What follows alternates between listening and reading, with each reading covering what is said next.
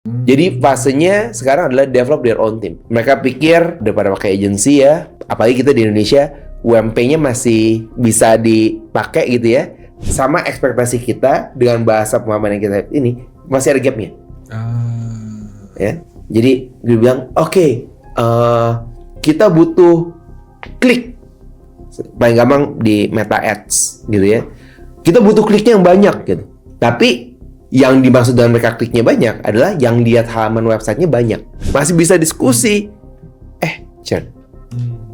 Yaitu salah satu yang mungkin banget terjadi karena mereka salah mengartikan apa goals awalnya. Next, dalam setup agensi, misalignment antara tim biasanya kelihatan gimana waktu interaksi sama klien untuk mencegah klien turn.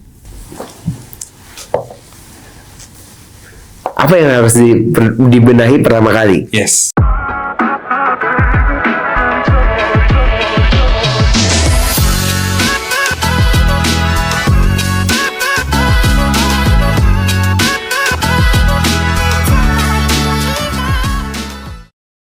Halo teman-teman semua, selamat datang di episode 3 Meetalk. Saya Hargunadi Sumantri, Country Manager dari Revcom Indonesia.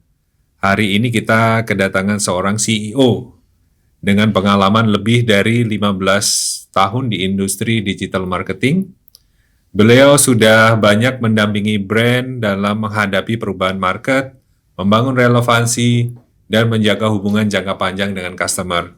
Selain aktif di dunia praktik, beliau juga dikenal sebagai penulis buku Digital Marketing Concept yang banyak membahas strategi pemasaran berbasis data. Langsung saja kita sambut Rian Kristomulyono, CEO Toffee-Dev. Welcome to the show, Mas Rian. Thank you, Pak Igun. Wah, seru banget bisa di acara ini. Terima kasih sudah mengundang saya untuk bisa diskusi. Wah, katanya pertanyaannya seru nih hari ini. Appreciate Pak for your time. So, how's the life Pak? So far good? So far so good. Masih banyak yang bisa dieksplor, terutama kita di Indonesia. Karena opportunity-nya masih besar. Nice. Oke, langsung aja kita Pak ya. Kita akan ngobrol-ngobrol hari ini terkait customer churn. Cuman di konteks ini kita akan membahas bagaimana brand dan agensi menjaga client retention di tengah persaingan market yang semakin tight banget nih. Karena katanya nih Pak, hanya sekitar 3% agensi yang bisa mempertahankan klien dari 3 tahun dan 15-25% klien hilang tiap tahun. Yang kedua nih Pak, 81% pemimpin agensi bilang hubungan yang kuat dengan klien lebih menentukan retensi daripada hasil campaign. Nah, pertanyaannya adalah, ini spesial nih buat Pak Ryan nih. Sebagai seorang CEO, menurut Pak Ryan, bagaimana landscape persaingan agensi di tahun 2026 dalam hal mempengaruhi keputusan klien untuk tidak memperpanjang kontrak? Bahkan ketika selama kerjasama tidak ada masalah besar. Nah, mohon feedbacknya Pak Ryan. Yang menarik nih, karena itu yang terjadi. Kita harus lihat dulu dari sisi agensi ini, kayak saya sedikit curcol gitu ya, karena mumpung diundang gitu ya, jadi saya ngomongin dunia di agensi. Agensi ini, digital marketing agency, kalau saya di Toffee-Dev kita udah 15 tahun, mulai dari meja makan sampai sekarang, lumayan lah diberkatin untuk bisa explore market ke Indonesia. Kita cuman ngerjain untuk market di Indonesia. Jadi kita juga banyak diskusi sama agensi-agensi lain ngomongin tentang market, sama ya, kita bilangnya sebagai frenemy, friend but enemy gitu ya. Nah, yang menarik adalah di dunia digital marketing agency, kalau dibilang marketnya berubah, iya shifting. Karena kita kan sekarang ini semua orang pakai digital ya. Saya ingat banget waktu pertama kali saya mulai Toffee Dev 2011. Terus kita ada salah satu yang pertama Google, sekarang namanya Google Partners, dulu namanya Google AdWords Certified, Google AdWords Professional, apa gitu, saya lupa gitu ya. Dulu itu kita bisa bilang bahwa kita ada top 3 di Indonesia. Nice. Karena cuma ada 3. Jadi top 3. Wow. Gak ada lagi, udah. Gak ada lagi. Sekarang ada belasan atau puluhan gitu. Dulu kita bilang, oh kita ada top 3. Pioneer dong, salah satu. Keren ya gitu ya. Oke. Bukan ada pioneer sih, memang marketnya dulu juga masih kecil gitu ya. Oke.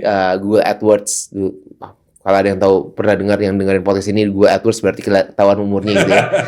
Karena Google Ads soalnya. Ada. Nah, jadi waktu awal itu, tapi pada saat kita masuk ke dunianya, kita juga salah satu yang merusak pasar. Oh. Artinya merusak pasar gini. Digital marketing sebagai satu strategi, sebagai satu platform yang kita gunakan untuk melakukan pemasaran, pada saat itu tuh belum semasif sekarang pastinya. Ya, waktu itu pengguna internet mungkin di zamannya saya mulai itu sekitar 20 juta pengguna. Kalau sekarang kan sekitar 240 juta ya. Jadi Indonesia sendiri udah bertumbuh berkali-kali lipat. Ya. Terima kasih pada COVID yang membuat kita di rumah aja. Jadi marketnya itu berubah. Kita salah satu yang pioneer merubah market karena kita nggak punya background. Tiba-tiba kita jadi agency. Oke. Tiba-tiba kita ngebantuin klien, kita pitching, kita serving klien. Tapi kita itu sebenarnya adalah no one. We are no one. Maksudnya saya nggak punya backgroundnya, saya nggak ada background dari agency, saya nggak punya background dari advertising, kuliah juga nggak ada advertisingnya gitu ya. Tapi kok bisa masuk dan bisa bertahan ya, lumayan lah 15 tahun bisa bertahan sampai sekarang gitu ya. Tapi masa yang sama juga itu adalah masa setelah tahunnya saya mulai, tahun-tahun berikutnya adalah yang lain ikut mulai. Artinya apa? Sekarang semua orang yang punya a little bit knowledge about digital marketing, sedikit aja, dia pernah pegang klien, sebutlah semua klien yang namanya besar gitu ya, mulai dari TBK, buat TBK, multinational company, mereka pernah pegang kliennya sekali, masukin di LinkedIn, put nama CEO, sewa kantor, nggak pakai kantor malah, ya kan, virtual office, buka laptop di cafe, dia agency. Nah itu adalah landscape-nya kita sekarang. Landscape-nya adalah solopreneur agency udah banyak banget. Tapi memang ini buat jadi kompetisi. Of course starting competition-nya akan mulai dengan harga. Setuju. Jadi semua akan beat up di harga. Nah mungkin pertanyaan pertamanya adalah gimana cara keluar dari kompetisi harga, ya kan? Apa yang mesti kita lakukan. Tapi itu adalah proses yang harus dilakukan. Tapi ini adalah landscape yang terjadi sekarang. Even sampai sekarang, baik itu agensi yang besar, mungkin kalau agensi besar, digital marketing agensi yang besar, udah dipakai punya ranahnya sendiri. Tapi the good news adalah Indonesia ini masih berkembang banget. Kayaknya kalau salah, data yang saya punya itu, kita punya sekitar 60 jutaan usaha. Oke? Company? Ya, perusahaan di Indonesia, masuknya ke medium size company atau UMKM. Ya ini sedikit lebih sulit untuk dipecahkan gitu ya. Karena jumlahnya banyak, jumlahnya masif, dan mereka butuh bantuan. Mereka butuh tahu gimana caranya untuk melakukan promosi, gimana caranya mereka melakukan pemasaran dari bisnisnya mereka. Karena kita semua mau bertumbuh. Kita mau naikin omsetnya kita mau naikin market share-nya kita. Jadi dua sisi ini dari kompetisinya memang lebih tight, tapi dari sisi marketnya juga kita bertumbuh. Nice. Jadi competition is always there gitu kan. Jadi gimana kita menanggapi dan how we win with our strategy to compete with the market ya. Betul. Bahkan kalau misalnya kita nggak ada kompetitor, benernya kita yang mestinya khawatir. Setuju. Karena kalau nggak ada kompetitor berarti Ya udah. apakah memang nggak ada yang mau marketnya, atau emang orang nggak butuh? Ya. Dan kita nggak akan ada pressure untuk kita berkembang gitu kan. Yes, betul. Jadi competition is something yang perlu kita appreciate, Setuju. walaupun nggak ada yang suka competition. Kayaknya stres banget ya. Setuju. Dan kita akan stay di comfort zone. Ya, Dan betul. kita ya cuma itu aja. Ya. Nice. Thank you Pak Rian. Pertanyaan kedua nih Pak. Dari pengalaman Pak Rian lagi nih, yang udah 15 tahun kan. Faktor apa yang paling sering bikin klien mulai mempertimbangkan agensi lain sebelum kontrak berakhir? Apakah karena memang kebutuhan bisnis mereka yang berubah, shifting tadi? Atau ada persepsi lain? Atau ada posisi agensi itu sendiri? Oh, ini menarik nih. Karena saya juga lagi mengalami hal yang sama. Exactly. Target achieve. Ya. Pekerjaan baik-baik saja. Churn. Nah, itu. Kan? Nah, ini gimana gitu ya? Apa sih yang bikin perusahaan churn? Okay? Saat ini yang banyak saya lihat dari market adalah banyak dari mereka mulai develop their own team. Jadi fasenya sekarang adalah develop their own team. Mereka pikir daripada pakai agensi ya, apalagi kita di Indonesia, UMP-nya masih bisa dipakai gitu ya. Harga agensi mahal, ya udahlah. Kita pakai sendiri, toh dedicated jadinya. Tadinya sebelumnya agensi cuman dikasih waktu konsultasi cuman seminggu sekali, itu pun kalau bayarannya lebih gitu ya. Charge-nya per hours, bikin laporan sebulan sekali. Ya kita bikin tim sendiri aja. Kayaknya lebih menarik ya. Itu banyak yang dihadapi sama timnya saya juga. Quality, kalau dibilangin quality, saya harus bilang bahwa digital marketing di Indonesia kita masih jauh banget lah. Meskipun tahu prosesnya kita itu masih sangat ketinggalan. Okay? Tapi ketinggalannya cukup menarik karena kalau kita pakai yang lebih advance, perusahaan juga nggak bisa ngikutin. Contoh paling gampang gitu ya. Contoh paling gampang adalah saat ini banyak banget kliennya saya, mereka nggak pakai satu di digital marketing, nggak pakai satu, namanya adalah website. Okay? Website dan landing page. Kenapa? Alasan mereka yang ribet lah, mesti bikin kata-kata, pusing banget, gitu ya. Terus akhirnya mereka pakai direct ke messaging, ya, pakai messaging apps, tuh kan?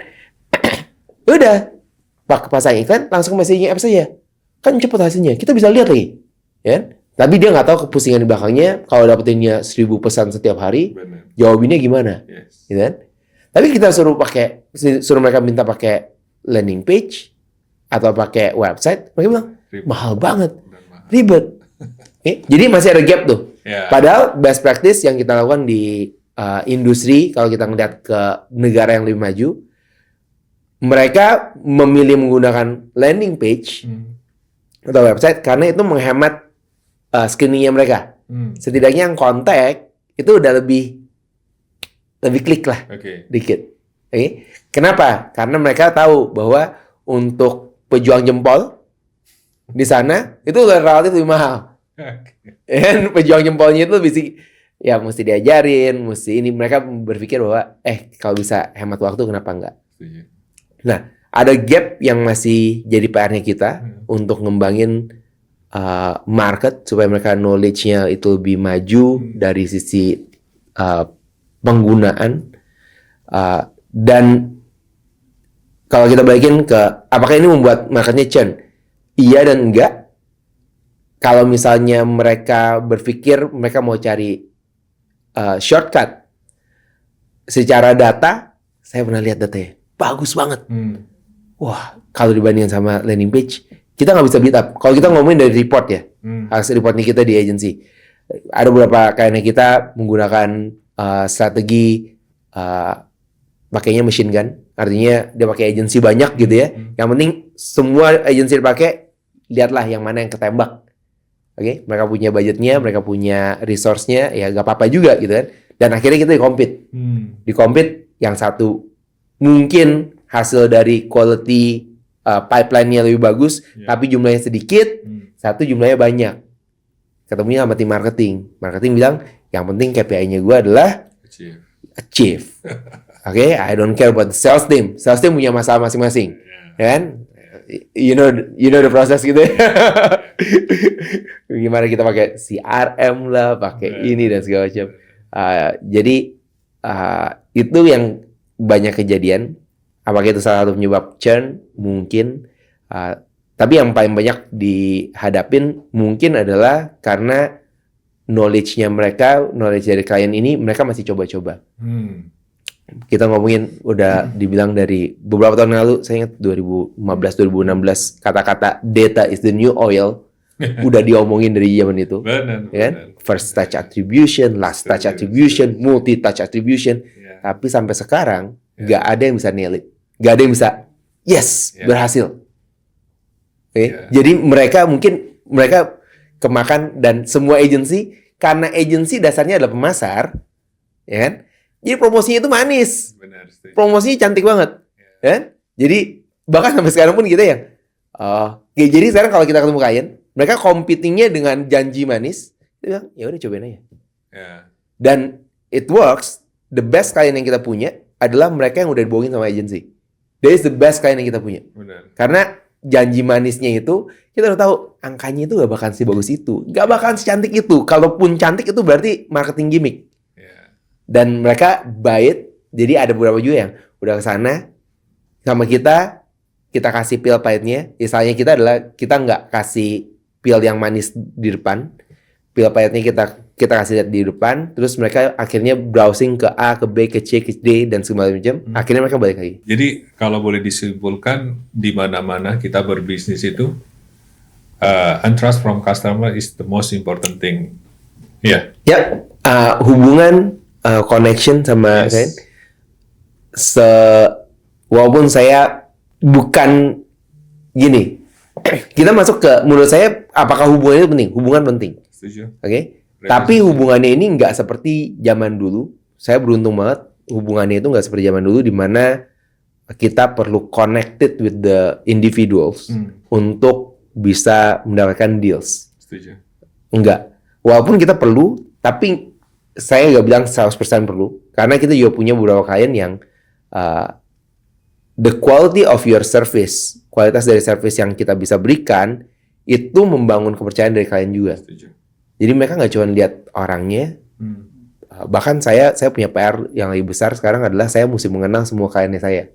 Karena sebelumnya saya nggak kenal. Setuju. Sebelumnya nggak kenal, terus nggak pernah ketemu juga. Karena saya percaya sama timnya saya, mereka yang hubungan sama klien. Tapi di saat yang sama, ini karena tahun lalu kita ada beberapa tim member kita yang akhirnya memajukan diri, mereka dapetin better opportunity atau udah mulai bosan, siklus 3-4 tahunan gitu ya.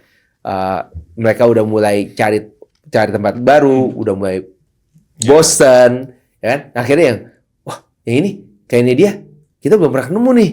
Akhirnya kenalan lagi, ketemu. That kind of relationship perlu, tapi mereka bukan beli orangnya. Mereka beli service, mereka beli result, mereka beli experience yang mereka dapetin untuk bisnisnya mereka. Karena goalsnya kita kan sama. Kita kan sebagai agency, kalau saya sebagai agency, saya posisiin sebagai teman sparringnya mereka. Teman mainnya mereka untuk yuk gedein bisnis bareng-bareng menggunakan digital marketing. Oke. Pertanyaan selanjutnya nih, mungkin pertanyaan yang terakhir di sesi ini lah ya. Seiring agensi berkembang, seberapa penting punya sistem untuk cek percakapan dan feedback klien selama kontrak? Bukan cuma mengandalkan feeling. Nah, Tofi Dev sendiri biasanya gimana nih Pak untuk menjalankannya? Kita hidup di era yang sangat menyenangkan, terutama dalam 2 tahun terakhir, karena note takers gak dipakai lagi. Karena ada satu makhluk baru namanya artificial intelligence. Kan?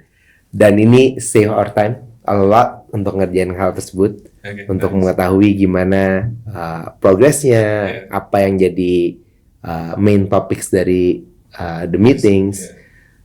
Walaupun kedengarannya sangat-sangat konvensional, dan saya mesti jujur bahwa tahun-tahun awalnya kita nggak pakai note takers awal tahun kita. Kenapa? Karena nggak ada yang bisa ngambil catatan. Nggak ada yang bisa ngambil catatan. Jadi ya seingatnya kita aja, meetingnya apa ya tadi ya? Ini seingatnya kita deh gitu. Dan kenapa kita di awal nggak pakai? Bukannya karena kita juga selain nggak punya resource, nggak punya uangnya juga. untuk hire satu orang yang bisa note takers Iya. gitu ya. Nah, di era sekarang menurut saya itu sangat penting karena kita bisa ngelihat semuanya dengan lebih gampang. Ada tools juga yang bagus, saya dengar-dengar katanya, yang kita pakai juga untuk bisa ngambil catatan, summarize, dan kasih feedback dari conversation kita sama klien. Okay. Jadi kalau ditanyain apakah penting saat ini, penting banget. Okay. Bukannya penting karena kita harus ngambil, karena dari dulu udah penting. Dan itu saya menemukan bahwa kenapa perusahaan besar mau invest di sana, karena segitu pentingnya. Cuman masalahnya bagi kebanyakan bisnis, terutama yang small medium company, mereka mau investasi di situ atau enggak? Ya. Oke. Jadi itu adalah yang jadi key point-nya. Oke, noted Pak, thank you feedbacknya. Mungkin dari sistem sekarang yang itu sudah menjadi common thing ya, AI, di mana-mana AI sekarang. Cuman itu sangat membantu, apalagi kalau kita kayak discuss kayak gini sih. Kita tinggal aktifin aplikasi tersebut, nanti dia bisa bikin summary, ya kan? Terus bisa bikin next step-nya harus ngapain sih yang harus kita lakukan. Dan itu mungkin penting waktu Pak Rian diskusi dengan customer, dengan klien. Nggak ada something yang miss untuk next to do-nya apa sih gitu kan. Yes. Kita lebih seperti itu ya. Betul. Oke. Nah, udah summarize. Kadang juga itu membantu. Kadang-kadang yang menjadi bagus adalah yang ini nggak bisa didapetin sama note takers zaman dulu. Exactly. Yaitu what's the insight. Oke. Karena harus kita akuin AI. Saya belajar dari salah teman saya di Singapura. Dia bilang gini, AI is better than human. Karena kita jawabnya A, dia bisa jelasin panjang kali lebar. Oke. Jadi dalam conversation sama klien, kayak saya ketemu klien, saya juga dengerin mereka yang oke. Terus saya tanya, what's the next step?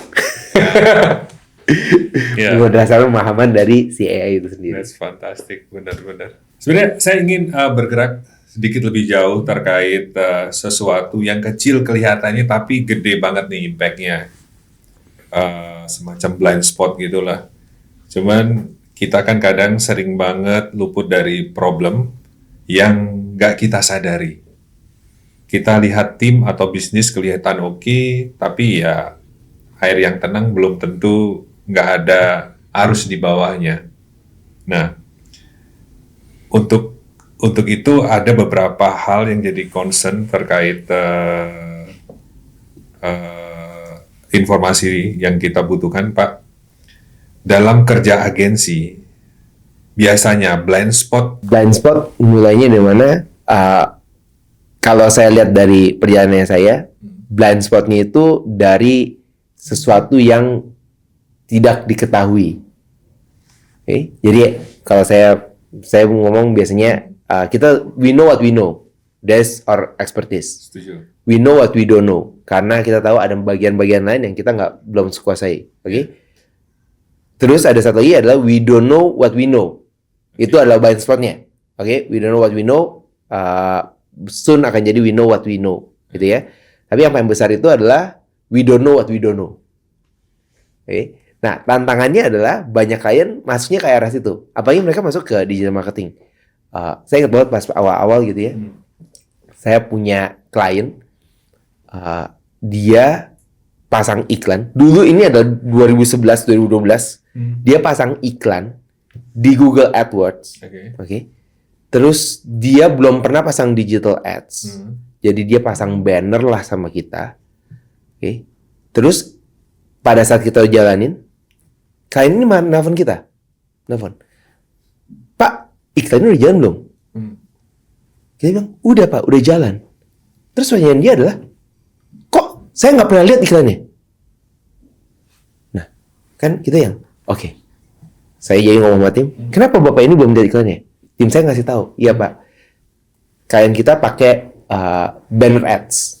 So, banner ads, ya kan? Jadi bukan di Google platform, tapi ada di Google namanya Google Display Network gitu ya, di website-website orang gitu ya. Jadi potensi ini belum zamannya Facebook gitu ya. Jadi udah zaman dulu gitu ya. Belum zaman itu. Jadi placementnya itu masih di media-media besar. Okay? Tapi pada saat itu udah ada namanya penargetan. targetingnya siapa? Targetnya bisa laki-laki, bisa wanita. Oke. Bisa udah umur. Umurnya itu prediksinya datanya itu umur berapa gitu ya.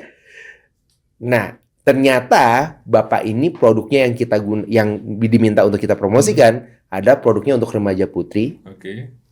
Jadi wanita umur mungkin 17-25. Kliennya saya ini adalah bapak ya kan, umur 40 plus. Jadi kalau misalnya Bapak ini melihat iklannya, benar yang salah adalah kita sebagai agency. Bapak itu memang nggak perlu ngelihat, gitu ya. Tapi kenapa Bapak ini nggak ada? Ini zaman dulu. Kalau kita ngomongin sekarang ya si Bapak mah ini. Pada saat itu Bapak itu emang dia konvensional, dia punya produk yang dia promosikan dengan metode biasa, pasang iklan TV, pasang iklan di billboard. Kan kalau pasang iklan TV gimana caranya lihat iklannya jalan atau enggak? Yang penting pasang jam 7.20 segmen pertama, habis segmen pertama dapat iklan 30 detik. Jadi yang kita lakukan sebagai pemilik bisnis biasanya ya duduk gitu. Yes, iklan gue muncul. Ya. Billboard nggak lewat gitu ya. Koran juga sama zaman itu. Mereka nggak tahu gimana cara mereka untuk menggunakan data yang sama untuk di media digital. Dan ini masih jadi gap. Sampai sekarang jadi gap. Apalagi sekarang udah gapnya makin besar. Bukan karena datanya berubah, karena kata-katanya berubah. Nah, kata-katanya berubah apa?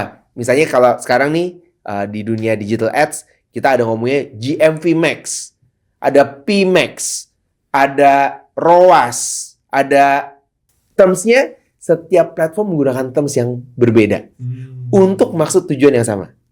Dan ini yang jadi blind spot untuk bisnis, untuk mereka nggak lanjut karena ekspektasinya mereka dengan bahasa pemahaman mereka sama ekspektasi kita dengan bahasa pemahaman yang kita ini masih ada gapnya.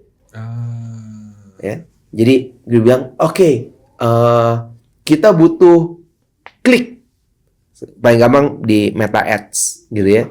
Kita butuh kliknya yang banyak gitu. Tapi yang dimaksud dengan mereka kliknya banyak adalah yang lihat halaman websitenya banyak, landing page views. Sedangkan di Meta Ads sendiri klik sama landing page views itu beda matrix. Kan? Nah itu jadi bahasanya. Jadi dari awal sekarang jadi tantangan kita adalah bener gak nih datanya yang si bapak mau, si ibu mau, bener gak nih sesuai sama ekspektasinya kita atau enggak? Ekspektasinya dia, kadang-kadang ya kita yang lebih banyak di market, ya kita ngikutin bahasanya dia. Dan salahnya kita adalah kadang-kadang kita nggak membenarkan juga yang dia maksud itu namanya apa sekarang. Mungkin dia udah zaman dulu atau dia menggunakan agensi yang sebelumnya, agensi sebelumnya juga menggunakan termsnya yang kurang tepat. Dan ini kejadian sampai sekarang. Terminologi, ada satu terminologi yang bentuknya matrix, ada satu terminologi yang paling sulit sekarang adalah quality. Ya? Yang penting leads-nya bagus. How to do leads-nya bagus. Ya, nasi gue lebih familiar gitu ya, lebih expert di situ yang quality-nya bagus gimana? Udah pernah masuk website kita berapa kali? Ya. Dan ya kita cuma ngejalaninnya satu area. Mereka pengennya kita ngejalanin semua area. Dan itu juga salah satu PR yang kita hadapi sekarang. Dengan data yang ada, mereka expect kita bisa ngelakuin satu yang namanya 360. Siapa yang dengerin tahu 360 gitu ya. Omni di mana-mana, tapi bayarnya cuma satu. Berharap karena kan kita udah pakai agency. Kan udah ya yang kita kajian kecil gini terus dia maunya yang besar. Ya nggak bisa ini, makanya saya bilang sedikit curcol gitu ya. Ngerti. Mungkin ada gap terkait scope of work-nya gitu ya. Yang ekspektasinya mereka, gue bayar sekian deh. Cuman gue dapat porsi yang lebih gede. Nah itu. Dan itu jadi banget. Ditambah dengan ini yang saya temuin ya di Indonesia, salah satu kekuatannya kita adalah we are pleasing people. Kita tuh dibilang negara yang ramah, ya kan? At the same time, keramahan ini yang biasanya dieksploit, dimanfaatkan. Jadi saya banyak banget yang bantuin dong. Yeah. Terus buat mereka kayak klien ini nganggapnya sederhana, karena memang sederhana. Saya dulu pernah ketemu klien. Dulu saya masih bantuin untuk desain website gitu. Permintaannya dia sederhana benernya. Mas, logonya bisa dong pindahin ke kiri dikit. Ya emang kalau digambar, kalau logonya pindah kiri dikit, ya gampang sih. Tapi kan itu masuk ke website, jadi harus di coding. Mindahin itu kan nggak langsung selesai gitu kan. Tapi buat mereka kan gampang mas. Waduh. Padahal itu pengerjaan berapa menit sendiri, timnya harus ngeliatin codingnya di mana. Dan ini di-exploit sama beberapa klien. Mereka yang bisa nggak bantu ini, bisa bantu ini. Kalau misalnya saya lagi belajar juga, saya juga lagi belajar. Gimana caranya supaya bisa kayak negara barat ya? Karena negara barat strict ya. Mereka strict. Yeah. Bukannya strict banget sih. Dia tahu bahwa itu adalah opportunity. Yes. Memperbesar bill, gitu ya. Jadi kalau bantuin ini, oke ini bisa bantuin ini. Oke. Saya belajar tuh pertama, dulu saya juga suka. Saya dulu pertama belajar dari negara India gitu ya. Pakai freelancer asal India. Wah, mereka strict banget. Bikin ngerjain ini ya. Oke, sekian. Yeah. Ada kurang dikit nih. Ini dong, tambahin sekian gitu ya. Kenapa ditambahin? Sekarang saya bertanya, oh iya emang harus ditambahin sih. Yeah. Nah itu adalah proses belajar yang kita harus ngikutin, tapi nggak gampang untuk semua, baik itu dari agency ataupun dari client side, karena mereka kadang-kadang nggak tahu juga scope-nya itu seperti apa yang mesti mereka kerjakan, apa yang mereka bisa expect dari pekerjaan yang kita lakukan, hasilnya itu seperti apa, ya itu PR besar kita. Jadi ya kadang kita memang nggak semua bisa kita entertain. No free for lunch. Oke, next, Mas Rian. Oke, sinyal seperti apa yang sering kita terlewat kalau tim cuma mengandalkan laporan, dashboard, atau feedback permukaan aja? Sinyal-sinyal seperti apa? Jadi mungkin ada kayak tim cuman, oke, ini laporannya kayak gini yang tadi, dashboardnya kayak gini. Cuman mungkin ada poin-poin di luar itu yang harus dielaborate lagi mungkin ya. Iya, kita juga bikin laporan, kita kasih laporan ke klien. Sebagus laporan yang kita mau, tantangan terbesar kita saat ini adalah klien nggak tahu itu apa. How to read the data. Ya ada, kalau di dunia ini ya bilang data analisnya nggak ada, karena kan semua data ya. Setuju. Kan? Salah satu yang kita berkat dan kutuk at the same time di dunia digital adalah semua ada datanya. Yes. Kan? Setuju. Detik berapa gitu ya. Yeah. Semua ada datanya dan itu jadi pertanyaan mereka. Terus ini datanya diapain? What we need to do? Yes. Jadi kalau misalnya pada saat kita reporting datanya udah ada, mereka nggak tahu, biasanya kita tergantung dari jenis kliennya, tergantung klien siapa dan apa yang mereka minta sama kita untuk lakukan, kita bisa cater. Kita bisa cater yang, berarti the next step-nya adalah ini. Tapi yang kalau yang nggak bisa, itu jadi tantangan. Nah, itu satu yang bikin orang nggak ngerti apa yang jadi sinyalnya mereka. Tapi berikutnya adalah knowledge-nya, pengetahuannya. Setuju. Kita dimasuk di era di mana knowledge doubles every 3 months kayaknya sekarang ya. Oke? Yeah. Dengan adanya AI, apapun kita bisa tanya sama AI. Setuju. Dan AI ini 2 kali lipat lebih cepat dalam waktu 3 bulan. Jadi mereka langsung jump, langsung naik berapa kali lipat. Dan sama seperti kita, banyak di generalisasi orang Indonesia adalah kita itu termasuk orang-orang yang malas baca, malas belajar. Kan? Kalau bikin podcast edukasi kayak begini, yang lihat dikit, ya kan? Kalau ada entertainment dikit, joget-joget, viral. Oke, nah ini gimana nih? Ya, nah itu adalah PR berikutnya. Jadi salah satu yang saya lakukan adalah ya kita bikin edukasi. Jadi senang banget nih Mita bikin podcast kayak begini adalah untuk educate market. Karena dua sisi, yes, Mita butuh promosi, Ya, ya kan? of course. Of course, kita butuh dikenal sama banyak orang, bangun curiosity dari orang-orang. Tapi at the same time, we are giving people knowledge loh. Ya. Kita kasih tahu, ini ada tantangannya di sini. Udah aware belum tantangan ini dan segala macam. Nah, ini dua ini yang jadi motornya saya juga.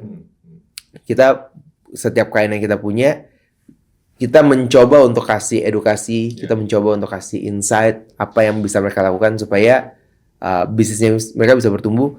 Jadi sinyalnya lebih kecil untuk mereka churn. Okay. Karena kalau enggak mereka didiemin gitu aja, bisa nggak stay? Saya punya beberapa teman yang mereka dari luar, karena mereka terlalu sibuk untuk pekerjaan mereka dan mereka untuk bisa running the business, kalau misalnya nambah satu orang itu emang gainnya lebih besar. Makanya ya nambahin satu orang karyawan dengan pengetahuan karyawan tim gitu ya, mereka butuh investasi lebih besar, sehingga yang mereka lakukan adalah ya mereka emang trust sama agensinya. Pada saat mereka trust sama agensinya, mereka tahu bahwa the agency will do what they need to do.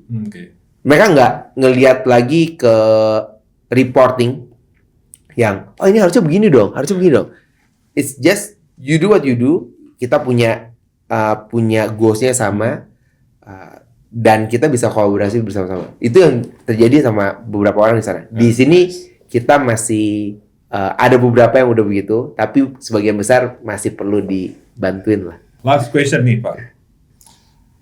Untuk agensi yang lagi berkembang seperti Tovidev, apa yang tim bisa bantu untuk pindah dari mengandalkan feeling ke punya referensi yang lebih jelas saat ambil keputusan terkait klien? Apa yang kita lakukan? Yang kita lagi proses sekarang, prosesnya belum selesai, tapi kita kerjakan dari beberapa tahun terakhir, yaitu kita bikin internal proses. Artinya gini, mungkin kata-kata yang tepatnya adalah we build professional team. Tantangan di agency yang masih berkembang adalah CEO-nya adalah the real CEO, Chief Everything Officer. So dia bikin produknya, bikin bisnisnya, bikin proses service-nya dan segala macam. Bukannya nggak bagus, bagus. Saya punya beberapa teman yang luar biasa pintar. Bahkan saya kalau nanya sesuatu yang industri, tanya sama mereka lebih pintar daripada saya. Karena mereka masih in-depth dengan pengetahuannya, dengan service yang mereka punya. Tapi tantangannya mereka adalah mereka nggak bisa grow. Karena CEO. Semuanya masih pegang sendiri. Nah, saya membangun tim untuk mereka punya proses yang bisa diduplikasi. Nah, ini tantangan, kalau dibilangin apa ya tantangan paling besar, mereka perlu belajar. Contohnya, saya ngobrolin Mitel ya, karena kita pakai Mitel, oke? Jadi yang kita lakukan adalah kita gunakan Mitel paling banyak di mana? Kita gunakan Mitel paling banyak di sales process. Sales processnya apa? Pertama adalah mulai dari cold calling. Nih, cold calling. Dulu kalau ingat ya, kita itu perusahaan kecil, kita nggak punya background dengan cold calling, kita nggak ada call center. Membangun itu never think about it, karena kita tahu itu pusing, nyari orang juga pusing. Tapi kita butuh leads, ya kan? Semua butuh leads dong, ya kan? Leads paling gampang dari mana? Daripada nunggu bola, ya kita jemput bola, ya kan? Jemput bola. Jadi teleponin, oke? Kita udah tahu konsepnya, tapi kita nggak tahu gimana caranya. Oke? Waktu itu ketemu sama tim dari Mitel, ternyata ada coaching programnya. So kita udah tahu, oke, kita bikin ini. Yang ini bagus gak sih? Ini kalau itu dilakukan zaman dulu, it's gonna be so hard. Karena gimana cara taunya? Nadanya kecepatan, intonasinya lebih nuansanya sendu. So we get the feedback, oke? Tapi itu jadi proses kita untuk bangun sistemnya, sehingga Mas Igun juga tahu kalau misalnya industri cold call itu kan, saya sih salut banget sama yang melakukan cold call. Gila itu, nelfonin terus kan. ditutup lagi, ya kan? Burden mental dan segala macam. Tapi harus dilakukan, Yes. ya kan? It's not for everyone. Setuju. Dan perputarannya lumayan kencang. Tim masuk, tim keluar, tim masuk, tim keluar. Yeah. Mereka ngerjain ini. Kalau kita nggak punya sistemnya, takutnya adalah yang masuk lebih sedikit daripada yang keluar. Ya. Nah, teknologi digunakan untuk melakukan proses itu. Itu ada sebagian kecil yang kita lakukan. Jadi kita udah punya skripnya, kita bangun skrip, kita bangun proses A, B, C, apa yang harus mereka lakukan. Begitu mereka datang, apa yang harus mereka kerjakan. Setiap divisi kita bikin prosesnya supaya pada akhirnya, berdoanya adalah pada akhirnya sistemnya bisa berjalan dengan sendirinya. Ya. Gak gampang, dan itu banyak dilewati oleh pemilik agensi. Karena menurut mereka yang, aduh, waktunya gue udah sibuk nih ketemu klien, masa mesti ngurusin kayak begitu juga? Biasanya. Tapi kalau misalnya bisnisnya mau berkembang, suka nggak suka, menurut saya, we have to make that kind of team. Yes, setuju. Dan untuk fairness-nya juga, kadang kan kita sulit ya untuk menentukan KPI dari teman-teman inside sales gitu kan. Cuman dengan adanya mungkin yang sudah dipakai sama Mas Rian akan memudahkan bahwa KPI mereka achieve dengan adanya beberapa pattern yang sudah diterapkan sama Mitel gitu. Yes. Dan itu mungkin bisa di-adjust juga sama Mas Rian di company gitu. Betul. Jadi kan kita punya market average, Yes. our average. Tugasnya kita adalah gimana naikin ke market average dulu. Nice. Dari level pertama lah, level 1 dulu, ya kan? Kita nggak bisa kita mau jadi the best, ya. Yeah. Impian jadi the best, but there is a process. Correct. Semua nggak rocket science ya, semua butuh proses. Gak ada yang instan katanya. Ya. Bahkan, ya kalau ada orang bilang, itu ada mie instan. Tunggu. Bahkan mie instan butuh 3 menit. Exactly. Setuju.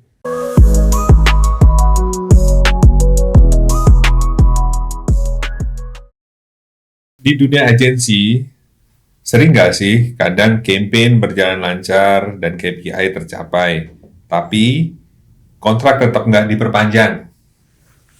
Kemudian, ketika dicari tahu, turns out bukan soal hasil campaign atau harga, tapi lebih ke masalah alignment, seperti komunikasi dengan tim dengan klien.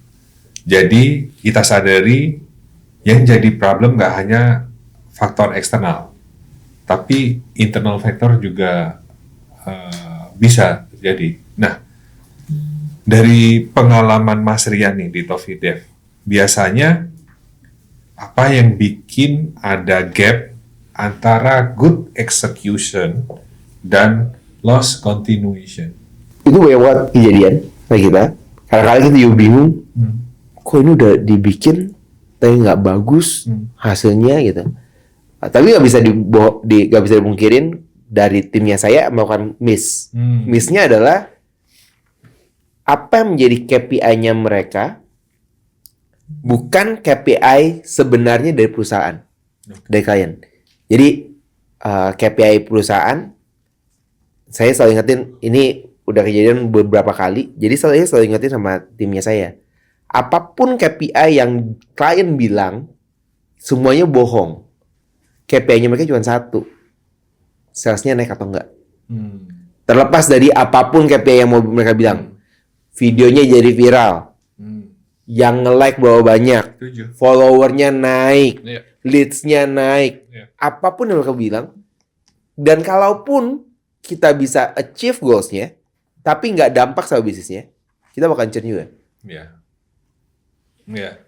Ya, jadi harus perhatian. Tapi ini nggak gampang karena kalau saya mungkin karena pengalamannya lebih banyak, jadi udah bisa nih. Oh, yang ini pasti man-mannya dia. Ini kalau kita capai pun dia nggak bakalan happy. That's it. Oke, coba kita rubah kemana gitu. Tapi buat mereka, kadang-kadang mereka ya dikasih target A. Iya aja, iya, oke. Oh bagus nih, kita bisa achieve nih. Okay? Dan itu banyak yang kita kerjain sampai ke sana. Udah kerja capek, goals nyampe, bagian perpanjang kontrak yang yes, yang ini mah pasti perpanjang. Komunikasi juga lancar lagi. Sama klien masih bisa ngobrol, hahaha di grup. Sekarang mereka pakai grup WhatsApp, masih bisa diskusi. Churn. Ya itu salah satu yang mungkin banget terjadi karena mereka salah mengartikan apa goals awalnya. Next, dalam setup agensi, misalignment antara tim biasanya kelihatan gimana waktu interaksi sama klien. Jadi misalignment antar tim biasanya kelihatan nggak sih waktu interaksi sama klien gitu? Pasti kelihatan. Oke. Kalau misalign sama klien kelihatan. Salah satu tantangan yang mungkin saya majuin juga adalah di agency digital marketing, terlepas dari semua posisi yang ada sekarang, kita nggak punya satu, yaitu belajarnya dari mana. Coba ya, misalnya teman-teman yang nonton juga bisa kasih tahu jawaban ke saya. Kalau saya banyak kerjaan untuk SEO, Search Engine Optimization. Lulusan apa yang harus saya cari? Kan kalau misalnya teman-teman punya usaha arsitek gitu ya, arsitektur. Oh, kita lagi cari arsitek. Jurusan apa yang dicari? Ya, S1 arsitek, tinggal dari universitas mana gitu ya. Kalau mau cari accounting, berarti carinya adalah S1 accounting. Tergantung dari jurusan mana. Mungkin dia bisa SMK. SMK bagian accounting, ya. SEO. Social media. Sekarang semua orang pada cari social media. Cari content creator. Lulusan mana? Ads optimization. Lulusan mana? Mentok-mentok kita punya data scientist. Tapi data scientist juga masih kecil banget. Udah kecil, mahal lagi. Setuju. Orang data emang mahal. Orang data, mereka tahu bahwa yes, jualan nih. Gue jualan data nih. Kalau mau pakai, boleh. Tag-nya segini. UMP sih lewat lah. Gak mungkin UMP gitu ya. Apalagi kalau Indonesia ada ya data scientist ya. Lulusannya universitas mana? Nanti mungkin yang tahu boleh kasih tahu di kolom chat gitu ya.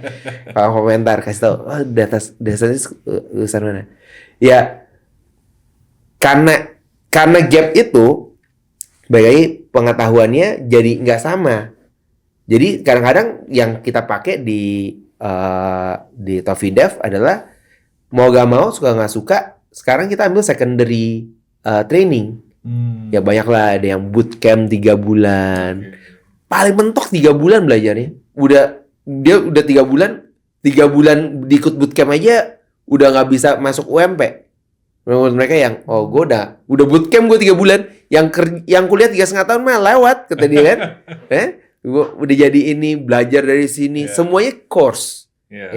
Dan tantangannya dengan course adalah semua bahasanya beda, karena kita nggak punya ini. Maksudnya kayak kalau kita ngomongin di accounting, ya accounting mau di Indonesia mau di luar negeri semuanya sama, buku besar bahasa Inggrisnya apa tuh? Pokoknya ada debit, ada kredit, ya, invoice, purchase, semua kurang lebih mirip, ya. Nah, misalignment-nya kita adalah bahasanya kita nggak ada. Jadi marketnya kita masih sangat-sangat menarik, dibilangnya masih wild west. Siapapun yang bisa ini jadi juara. Next, masih relate dengan pertanyaan sebelumnya sebenarnya. Client expectation biasanya kan dibentuk dari awal nih. Apa yang sering terjadi kalau pemahaman awal itu nggak nyambung ke semua tim? Nah ini baru kejadian kemarin. Karena kita lagi masuk, namanya kita di dunia, saya banyak ngerjain di dunia search, SEO, dan SEO of course kalau setahun 2 tahun terakhir ini yang jadi pemain barunya adalah AI. Orang melakukan pencarian di AI, AI punya jawabannya. Pertanyaannya yang sering saya dapat adalah gimana caranya supaya perusahaan saya yang keluar di halaman pertama di hasilnya AI. Tantangannya adalah untuk ngomongin ini ke klien, bahasanya masih abu-abu semua. Artinya sepintar-pintarnya marketer bisa ngomong akan dibeli sama klien. Perhitungannya kayak apa? kalkulasinya dari mana. Semuanya nggak ada yang tahu. Oke. Toolsnya juga nggak ada. Yang saya tuh cuma toolsnya cuma satu. Toolsnya semua mahal. Jadi kalau kita ngomongin semua perusahaan, semua klien mau masuk ke AI, hanya saja mereka nggak mau bayar untuk tracking, untuk kumpulin datanya tuh nggak mau bayar tuh. Ya mereka lupa, data is the new oil. Oil makanya bayar. Untuk dapetin oilnya, bayar dulu tuh buat digging the data. Okay. Ya? Nah, jadi ya itu masih PR banget buat kita, bahkan kita alignment sama klien. Bahasanya yang sama itu apa? Perlu beberapa kali. Jadi salah satu yang kita gunakan adalah gimana kita meningkatin trust-nya dari awareness-nya, dari authority, dari agency. Itu yang kita gunakan sih. Okay. Gak ada cara lain, gak ada cara gampang supaya kita bisa ningkatin trust. Karena yang kita harapkan adalah kalau kita memang bisa dipercaya, mereka ngerti, ya udah biarkan saja lah sama kita, karena kita dianggap mengerti. You will do the rest. Oke. Oke. Last question nih. Mindset shifting. Apa yang dibutuhkan supaya interaksi dengan klien jadi sumber kebenaran bersama, bukan cuma dimiliki satu tim saja? Mindset shiftingnya adalah, kalau saya bilangnya adalah knowledgeable. Okay. Jadi dengan adanya semua informasi sekarang, it's much simpler daripada zaman dulu yang semua datanya walaupun udah ada nggak bisa diproses sama kita. Okay. Jadi PR-nya adalah gimana supaya kita bisa terus belajar. Okay. Jadi satu yang saya dan tim lakukan sekarang adalah we learn every day. Selalu belajar hal baru. Okay? Bisa dari podcast, bisa dari course, bisa dari webinar, bisa dari banyak lah sekarang. Opsinya banyak banget gitu ya. Bahkan sekarang kalau kita mau kuliah di Harvard pun kita bisa nonton kelas Harvardnya, ya kan? Yang nggak dapat cuman ikut kelasnya, tidak dapat ijazahnya. Ya beda itu doang lah, oke? Okay? Yeah. Tapi setidaknya pemikirannya kita bisa naik. Okay? Jadi, tadinya harus begini. Gimana supaya bisa begini ya?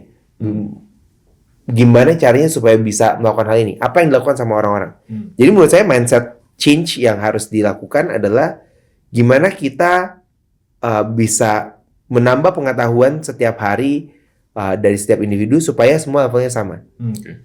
Walaupun Bruce Lee bilang knowledge is power, Bruce Lee bukan ya? Coba ya, Bruce Lee is power. Tapi applying what you know is everything. Jadi alignment tetap dibutuhkan ya. Dalam dunia IT mungkin single source of truth itu tetap dibutuhkan.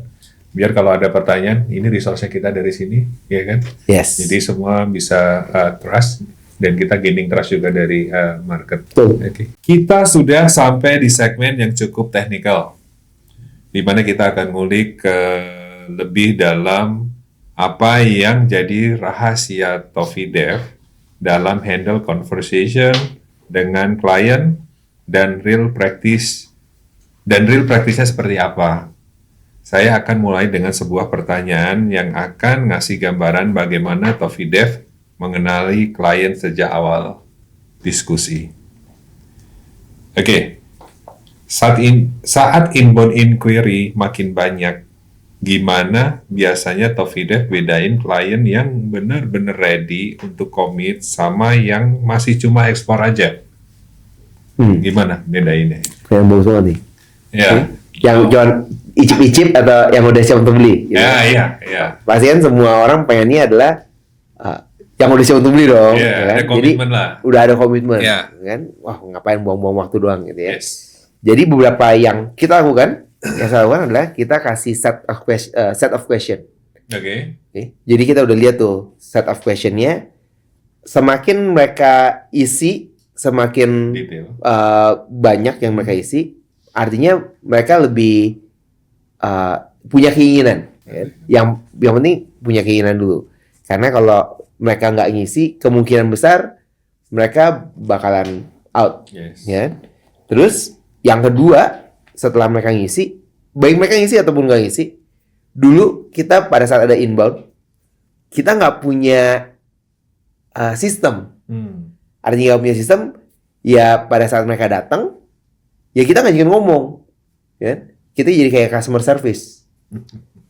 Berapa lama? Bisa sejam, ada yang 1,5 jam, ngobrol, ya, panjang kali lebar. Kalau ngomong sama anak tim sales, bilangnya adalah, iya Pak, building relationship, ya. Masa langsung di ini? Tapi kita sama-sama tahu bahwa it's not the right approach dari sisi bisnis. Okay? Jadi yang kita lakukan adalah kita bikin sistemnya. Sistem pada saat mereka inbound, mereka punya inisiatif, atau dia ada set of question, okay? Dan dalam meeting kita limit, semuanya kena boundaries, ada limitasinya.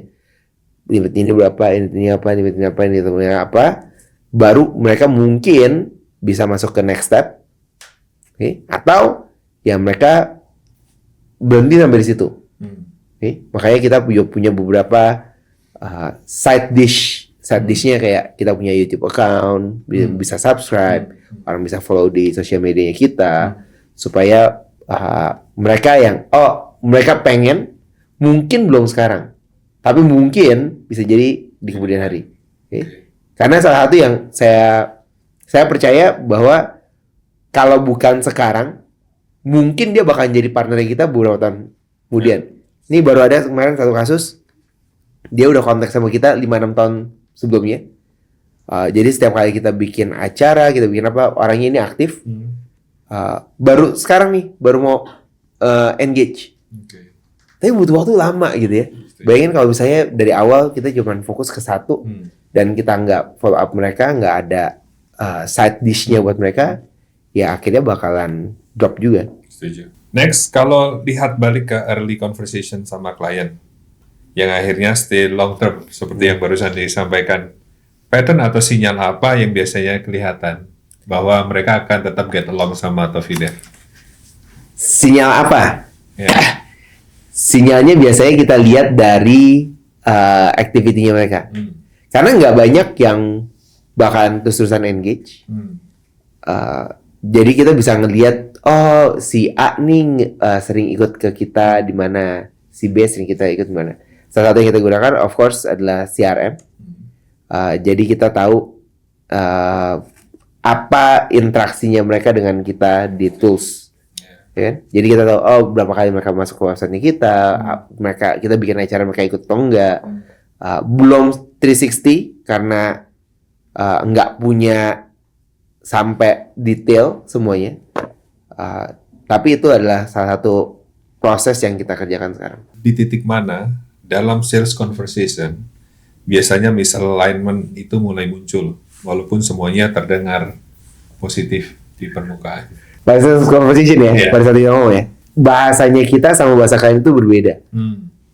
Ekspektasi yang mereka berbeda, kita berbeda. Ataupun kita tahu apa yang mereka mau nggak kurang tepat untuk era ini. Contohnya, kita tadi saya bilang kita banyak kerjaan di SEO, Search Engine Optimization. Kebanyakan klien mereka masih berharap untuk ranking, posisi.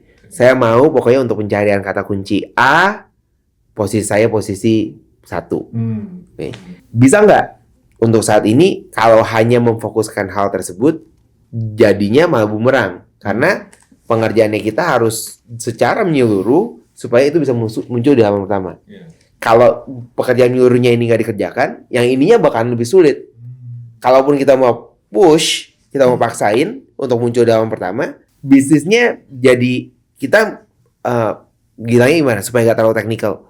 Yang lainnya ini posisinya nggak bakalan stay longer. Karena kita menggunakan tricks yang digunakan. Tricksnya masih berjalan nggak? Tricksnya masih berjalan.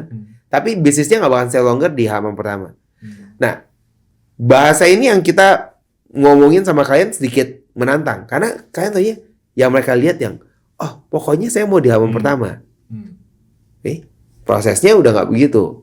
Nah, bagian ini yang pada saat di awal, kita lihat nih, kalau si calon klien, bahasanya dia enggak mau aligning sama kita, dan dia masih kekeh dengan bahasanya dia. Kekeh itu apa ya? Mudah-mudahan ngerti ya. Kekeh. Stick. Dengan Ya. bahasa, ya. Pokoknya dia stay sama Stickiness. keyakinannya dia. Maka itu bakalan jadi PR kita di masa depan. Setuju. Karena akan susah untuk deliver juga ekspektasi mereka. Gitu. Ekspektasinya jadi tinggi banget. Pertanyaan terakhir. Dari pengalaman Toffee Dev, apakah percakapan sering bisa ngasih insight resiko lebih awal dibanding laporan atau performance numbers? Pertanyaan bagus. Kalau dari saya, karena saya saya nggak banyak komunikasi dengan klien. Jadi kita nggak punya datanya. Pada saat mereka conversation itu akan dapetin insight-nya kayak apa. Ada beberapa report yang datang ke saya, si klien A mau A gitu ya, dia mau dapetin hasil ini. Kalau misalnya sampai ke saya, biasanya saya bisa kasih insight ke mereka. Nih.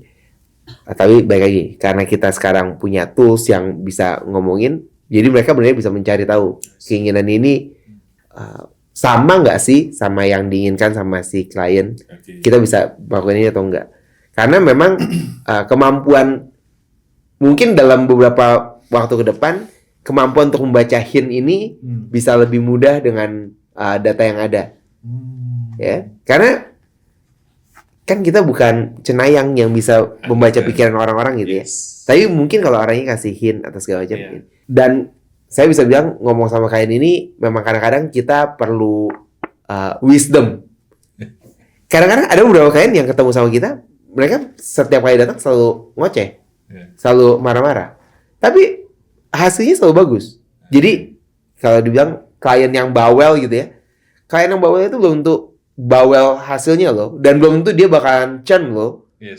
Klien yang bawel itu kadang-kadang mereka kasih insight buat kita, dan mereka benernya baik karena mereka pengen kita berkembang.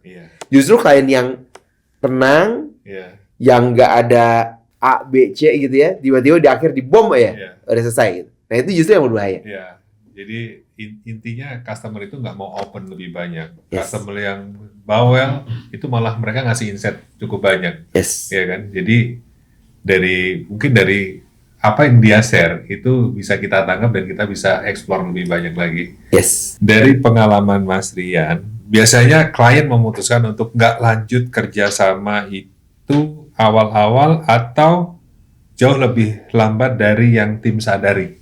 Mungkin dari pas assessment phase tadi. Kalau jadi churn ya, churn. Biasanya tergantung dari kliennya, karena kita ada beberapa klien yang kontraknya setahun, ada yang kontraknya 3 bulan. Kita bisa lihat ada beberapa yang kalau mereka nggak mau bertumbuh bersama, nggak mau kerja sama bareng, dari bulan pertama itu udah kelihatan. Dan itu yang oke nih, kita cater, ada yang bukan play victim ya. Mereka pokoknya apapun yang kita lakukan salah. Ini ya karena ekspektasi mereka nggak sama. Dan mungkin itu kayak waktu zaman pacaran, kalau udah mau putus nyalain terus. Kan dulu pas zaman pendekatan nggak dibuka soalnya. Pendekatan semuanya kan iya kan? Semua iya gitu. Nah, jadi itu bisa kelihatan. Ada beberapa yang kelihatannya di akhir. Jadi sekarang kita punya sistem di mana kita memang tanya sama mereka setidaknya 2-3 bulan sebelum kontraknya berakhir, supaya kita tahu nih ekspektasi mereka, apa yang jadi ekspektasinya mereka. Satu yang kita temukan juga bahwa karena kita kebanyakan berhubungan sama korporasi juga, jadi corporate ini kan tim dengan tim ngomongnya, bukan tim dengan business owner. Nah, tim dengan tim, keuntungannya tim dengan tim adalah timnya bisa kasih insight karena mereka sama-sama kerjasama. Mereka butuh kerja sini mana. Kadang-kadang suka ada yang, mereka udah siap-siap nih. Mereka emang udah siap-siap, mereka mau lebih investasi lebih besar di dunia digital marketing dengan bangun tim misalnya. Jadi mereka udah mulai siap-siap. Nah itu bisa kelihatan pada saat kita ngobrol sama mereka sebelum-sebelumnya sih. Sangat jarang kalau di tempatnya kita, sangat jarang yang satu hari sebelum kontraknya berakhir, terus mereka tiba-tiba stop. Itu jarang banget. Karena kita juga nggak mau ya. PR-nya jadi banyak banget di akhir. Dan selain itu mungkin menunjukkan kurang profesional lah ya. Ya kan. Sekarang waktunya kita seru-seruan nih. Karena kita akan masuk ke games mitos atau fakta. Nanti ada sekitar 5 pertanyaan yang nanti Mas Rian minta tolong untuk dijawab, mitos atau fakta, plus alasannya kenapa. Oke. Ini pertanyaan susah nih. Bisa kita mulai, Mas? Oke, yuk. Oke. Mitos atau fakta? Klien biasanya pergi karena hasil kerja yang jelek, bukan karena interaksi sehari-hari. Mitos. Karena hasilnya bagus pun mereka bisa pergi. Oke. Jadi fokus ke hasil bukan berarti kita hasilnya bagus pun belum berarti customer stay. Hasilnya jelek bukan berarti customer akan pergi. Oke, setuju. Mungkin flashback ke tadi yang disampaikan Mas Rian terkait komunikasi di awal. Yes. Ya, ekspektasi lah ya. Betul. Pertanyaan selanjutnya, mitos atau fakta? As long as clients don't complain, everything is fine. Mitos. Mitos. Mitos. Oke. Karena kalau nggak komplain, artinya bisa jadi kepahitan tuh. Bisa jadi mereka nggak tahu juga. Ini Bisa jadi apa mereka nggak tahu. artinya. Ya, bisa jadi mereka lagi nunggu. Nah, ini ada banyak yang ke kita tuh mereka nunggu. Oke. Katanya Tofidev expert ya. Iya. Oke. Jadi saya mau nunggu aja nih. Iya. Dan yang paling parahnya adalah mereka udah tahu bahwa itu salah. Jadi mereka cuma nggak komplain. Oke. Dia cuma nunggu aja, waiting, tunggu sampai akhir bom. Wow. Ya kan? Oke. Nah, itu Tapi juga ada beberapa. Nggak akan continue lagi. Nggak akan continue atau Benar. akhirnya ya, kok begitu sih? Dia kok kenapa nggak dari awal begitu? Yes. Nah, ya? Dan pembenarannya adalah bukannya nggak ini, Ya. bukannya nggak sesuai, ya emang mungkin ekspektasinya yang berbeda di awal. Setuju. Dan customer adalah raja. Jadi sebisa mungkin kita komunikasi harus tetap dijalankan, Yes. kurang lebih gitu ya, Betul. Mas, untuk biar tahu apa sih yang kurang gitu. Next, mitos atau fakta? Laporan performa aja cukup untuk ngerti kondisi sebenarnya hubungan dengan klien. Mitos. Mitos, oke. Laporan pasti harus dikasih. Kasih laporan begitu aja.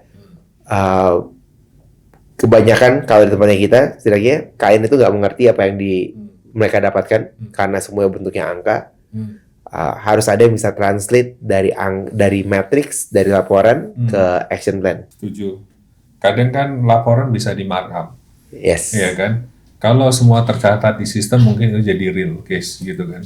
Oke. Thank you. Next, mitos atau fakta? Resiko yang muncul dari sisi klien. Misal, klien mau berhenti atau kontrak nggak diperpanjang. Sering dianggap datang secara tiba-tiba, tanpa ada tanda-tanda awal yang terlihat. Ini sebenarnya relate dengan pertanyaan Iya. tadi ya? Ya, masih mitos. Karena Oke, pasti ada hint-hintnya. setuju. Eh, Setuju. Kalaupun misalnya kita ngelihat dari klien, mereka udah mulai gelisah, Iya, itu pasti udah hint. iya. Susah diajak ketemuan. Ya, Tim procurement-nya juga udah dapat info mulai cari-cari vendor lain Yes. gitu kan ya. betul. Oke, next. Yang terakhir ini. Mitos atau fakta? Tim hanya bisa mengandalkan experience dan feeling saja untuk mendeteksi risiko yang muncul dari sisi klien sejak awal. Tim hanya bisa mengandalkan experience dan feeling. Susah nih ya.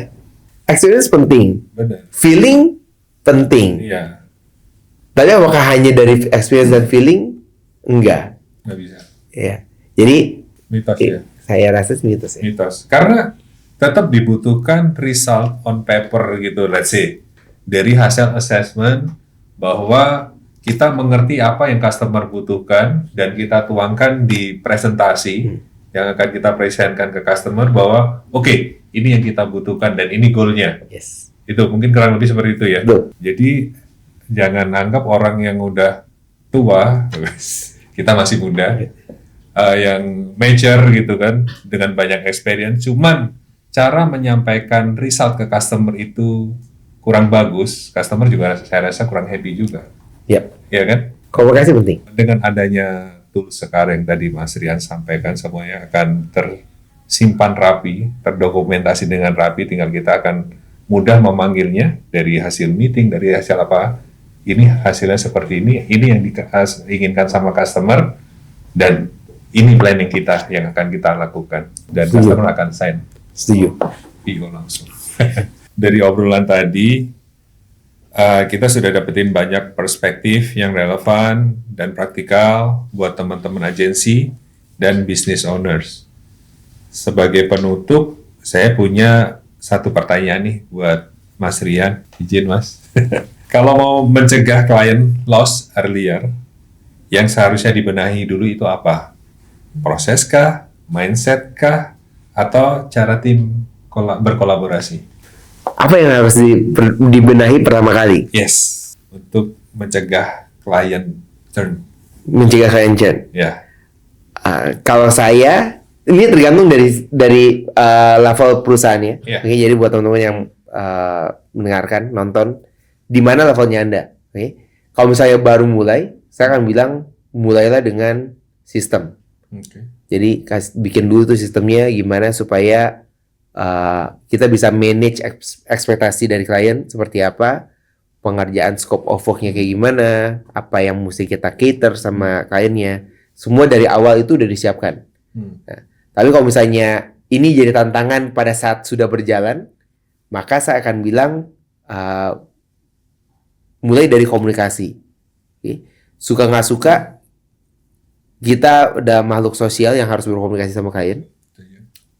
Komunikasi sekarang nggak gampang karena media komunikasinya kita banyak, dan kebanyakan dari kita untuk di agency mencari yang jalan pintas. Jalan pintasnya adalah ya udah komunikasinya lewat email. Ya? Tantangannya email adalah nggak dibaca. Yes. Ya? Benar. Kalau email nggak dibaca, tapi kan kita udah kirim. Yeah. Ya? Makanya sekarang banyak banget yang udah kirim email, terus habis itu WhatsApp. Pak, Bu, saya barusan kirim email ya. Reconfirm, ya. Itu pun kalau WhatsApp, kalau messagingnya dibaca, ya. Kalau nggak ditelepon, ya. Tapi semua metode ini harus kita ikutin. Jadi itu part dari gimana cara kita berkomunikasi. Yes, setuju. Nah, jadi kalau tadi pertama, kalau kita baru mulai siapin dari sistemnya kita. Kalau udah berjalan, maka kita siapin dari komunikasinya. Okay? Sambil prosesnya juga dibikin. Pada akhirnya, menurut saya, untuk kita bisa mencegah customer churn, tantangan challenge yang bisa kita coba pecahkan adalah gimana prosesnya untuk bisa membuat mereka stay. Setuju. Karena pasti ada prosesnya. Okay? Misalnya, dan kalau bisa dibakukan, akan lebih bagus.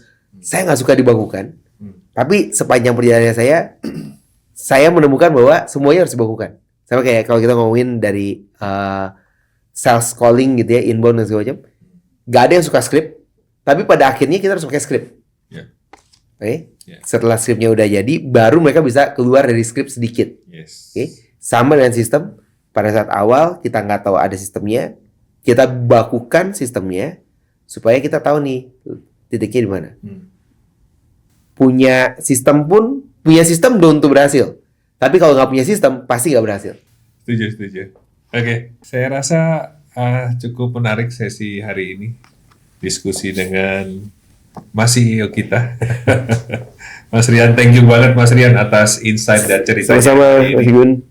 Obrolannya benar-benar buka perspektif kita, terutama soal bagaimana client loss seringkali terjadi sebelum kita sadar.